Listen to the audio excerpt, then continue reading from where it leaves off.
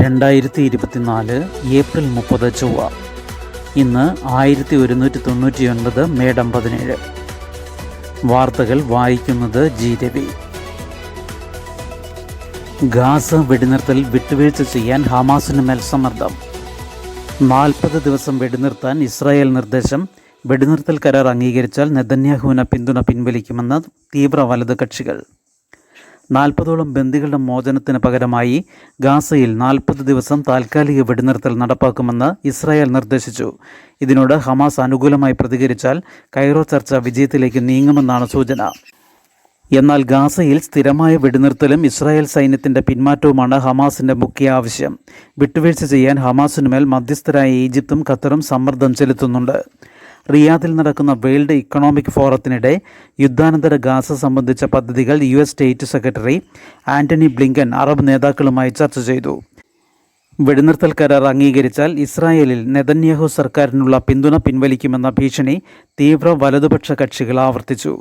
24 മണിക്കൂറിനിടെ ഗാസയിൽ ഇസ്രായേൽ നടത്തിയ ബോംബാക്രമണങ്ങളിൽ 29 പലസ്തീൻകാർ കൊല്ലപ്പെട്ടു.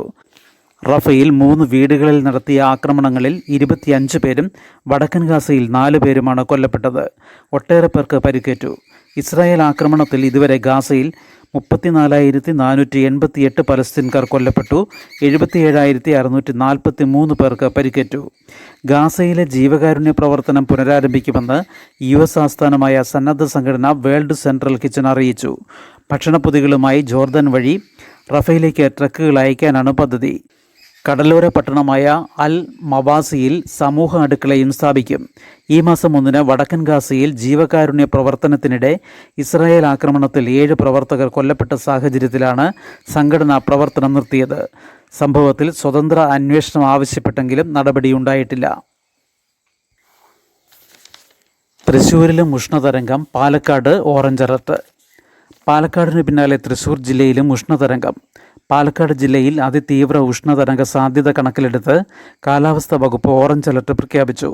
താപനില പതിവിലും 5 ഡിഗ്രി കൂടുമ്പോഴാണ് ഓറഞ്ച് അലർട്ട് പ്രഖ്യാപിക്കുക. കൊല്ലം, തൃശ്ശൂർ ജില്ലകളിൽ ഇന്നലെ യെല്ലോ അലർട്ട് പ്രഖ്യാപിച്ചു. ഈ ആഴ്ച മുഴുവൻ സംസ്ഥാനത്ത് മിക്കയിടത്തും ഉയർന്ന ചൂട് അനുഭവപ്പെട്ടേക്കും. കൊല്ലം, കോഴിക്കോട്, കോട്ടയം, ആലപ്പുഴ, എറണാകുളം, മലപ്പുറം ജില്ലകളിൽ 4 ഡിഗ്രി സെൽഷ്യസ് വരെ ചൂട് കൂടിയേക്കാമെന്ന് കാലാവസ്ഥാ വിദഗ്ധർ അറിയിച്ചു. സംസ്ഥാനത്ത് രാത്രി താപനിലയും കാര്യമായി കൂടിയിട്ടുണ്ട്. ഞായറാഴ്ച എല്ലാ ജില്ലകളിലും രാത്രി താപനില 25 ഡിഗ്രി സെൽഷ്യസിന് മുകളിലായിരുന്നു. കൊച്ചി വിമാനത്താവള പരിധിയിൽ 29.8, ആലപ്പുഴയിൽ 29.5 ഡിഗ്രി വീതം രേഖപ്പെടുത്തി. മിക്ക ഓട്ടോമാറ്റിക് വെതർ സ്റ്റേഷനുകളിലും രാത്രി 10 കഴിഞ്ഞും 30 ഡിഗ്രി സെൽഷ്യസിലേറെ ചൂട് രേഖപ്പെടുത്തി. ചൂട് ഉയരുന്ന സാഹചര്യത്തിൽ പ്രത്യേക കരുതലെടുക്കണമെന്ന് ആരോഗ്യവകുപ്പ് നിർദ്ദേശിച്ചു. സുപ്രീം കോടതിയിൽ വാദം തുടരുന്നു. ജാമ്യം തേടാത്തത് അറസ്റ്റ് നിയമവിരുദ്ധമായതിനാലെന്ന് കേജ്രിവാൾ. ഡൽഹി മുഖ്യമന്ത്രി കേജ്രിവാൾ ജാമ്യാപേക്ഷ നൽകാത്തത് എന്തുകൊണ്ടാണെന്ന് സുപ്രീം കോടതി ചോദിച്ചു. അറസ്റ്റ് തന്നെ നിയമവിരുദ്ധമാണെന്നും അതുകൊണ്ടാണ് ജാമ്യം തേടുന്നതിന് പകരം അതിനെ ചോദ്യം ചെയ്യുന്നതെന്നും കേജ്രിവാളിന് വേണ്ടി ഹാജരായ അഭിഭാഷകൻ അഭിഷേക് മനു സിംഗ്വി പറഞ്ഞു. ED അറസ്റ്റിൻ്റെ നിയമസാധുത ചോദ്യം ചെയ്ത് നൽകിയ ഹർജിയിലെ വാദത്തിനിടെയാണ് കേജ്രിവാൾ ഇക്കാര്യം അറിയിച്ചത്. ജസ്റ്റിസ് സഞ്ജീവ് ഖന്ന അധ്യക്ഷനായ ബെഞ്ചിൽ വാദം ഇന്നും തുടരും. സാധാരണ പൗരനുള്ള അവകാശമാണ് ആവശ്യപ്പെടുന്നതെന്നും അതുപോലും ലഭിച്ചില്ലെന്നും കേജ്രിവാൾ പറഞ്ഞു. മതിയായ തെളിവോ വസ്തുതകളോ ഇല്ലാതെയാണ് തെരഞ്ഞെടുപ്പിന് തൊട്ടു മുൻപ് അറസ്റ്റ് ചെയ്തത്. പെരുമാറ്റച്ചട്ടം നിലവിൽ വന്ന ശേഷമുണ്ടായ അറസ്റ്റ് ലോക്സഭാ തെരഞ്ഞെടുപ്പ് മുന്നിൽ കണ്ടുള്ളതാണ്. കേസിനാസ്പദമായ അഴിമതിയുമായി വിദൂര ബന്ധം പോലുമില്ല. CBI FIRലോ EDയുടെ കേസ് ഇൻഫർമേഷൻ റിപ്പോർട്ടിലോ പേരില്ല. കേസിൽ ED ആശ്രയിച്ചിരിക്കുന്നത് രാഘവ് മകുന്ദ, ബുച്ചി ബാബു, ശരത് റെഡ്ഡി എന്നീ മൊഴികളെയാണ്.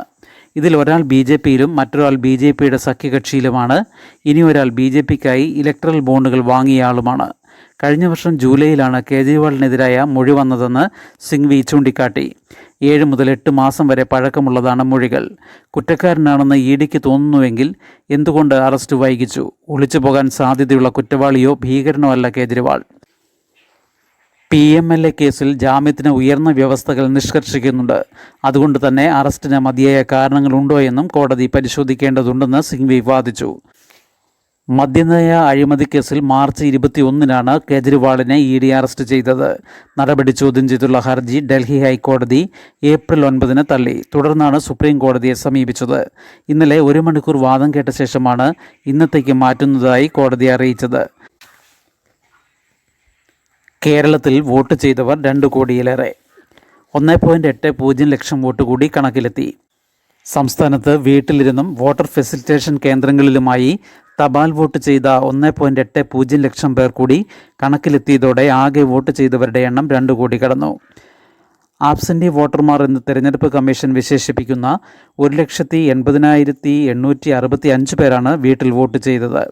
തിരഞ്ഞെടുപ്പ് ഡ്യൂട്ടിയുള്ള ഉദ്യോഗസ്ഥരുടെ വിഭാഗത്തിൽ 41,904 പേർ തപാൽ വോട്ട് രേഖപ്പെടുത്തി.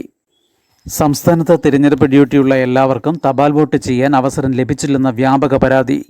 1,00,000-ൽ പരം ഉദ്യോഗസ്ഥരെയാണ് പോളിംഗ് ബൂത്തുകളിൽ ഡ്യൂട്ടിക്ക് നിയോഗിച്ചതെങ്കിലും 40,000-ൽ പരം തപാൽ വോട്ടുകളാണ് രേഖപ്പെടുത്തിയത്. ഇവർക്ക് വോട്ടർ ഫെസിലിറ്റേഷൻ കേന്ദ്രങ്ങളിൽ വോട്ട് ചെയ്യാനാണ് ഇത്തവണ തിരഞ്ഞെടുപ്പ് കമ്മീഷൻ അവസരമൊരുക്കിയത്. എന്നാൽ മറ്റു മണ്ഡലങ്ങളിൽ വോട്ടുള്ള പല ഉദ്യോഗസ്ഥരുടെയും തപാൽ ബാലറ്റ് വോട്ടെടുപ്പിന് തലേന്ന് പോലും ലഭിക്കാത്തതാണ് ഇവരുടെ വോട്ടവകാശം നഷ്ടമാക്കിയത്.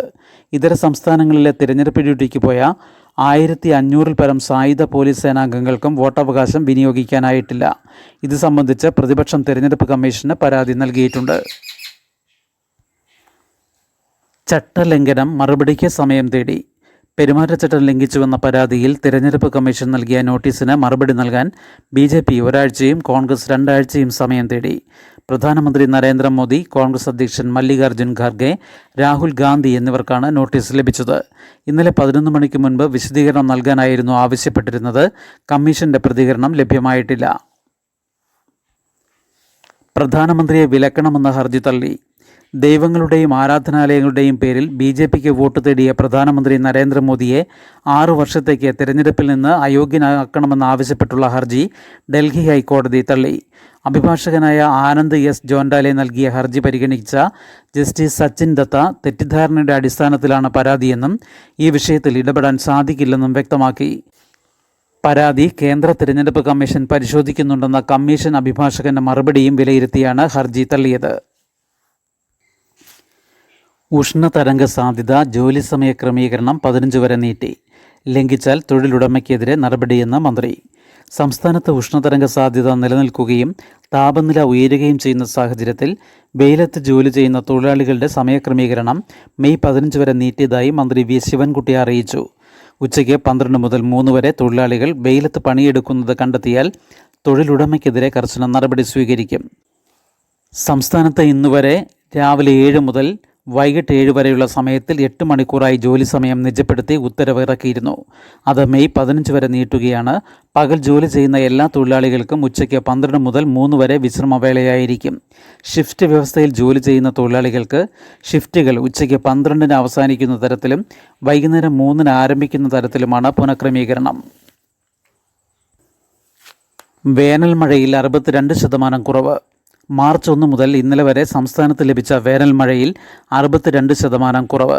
സംസ്ഥാനത്തെ ദീർഘകാല ശരാശരിയുടെ അടിസ്ഥാനത്തിൽ 13.63 സെൻറ്റിമീറ്റർ മഴ ലഭിക്കേണ്ടിടത്ത് 5.18 സെൻറ്റിമീറ്റർ മാത്രമാണ് ലഭിച്ചത്. മധ്യ തെക്കൻ ജില്ലകളിലെ അപേക്ഷിച്ച് വടക്കൻ ജില്ലകളിൽ മഴ തീരെ ലഭിച്ചിട്ടില്ല. ഊട്ടിയിൽ 73 വർഷത്തെ ഉയർന്ന താപനില 29 ഡിഗ്രി സെൽഷ്യസ്.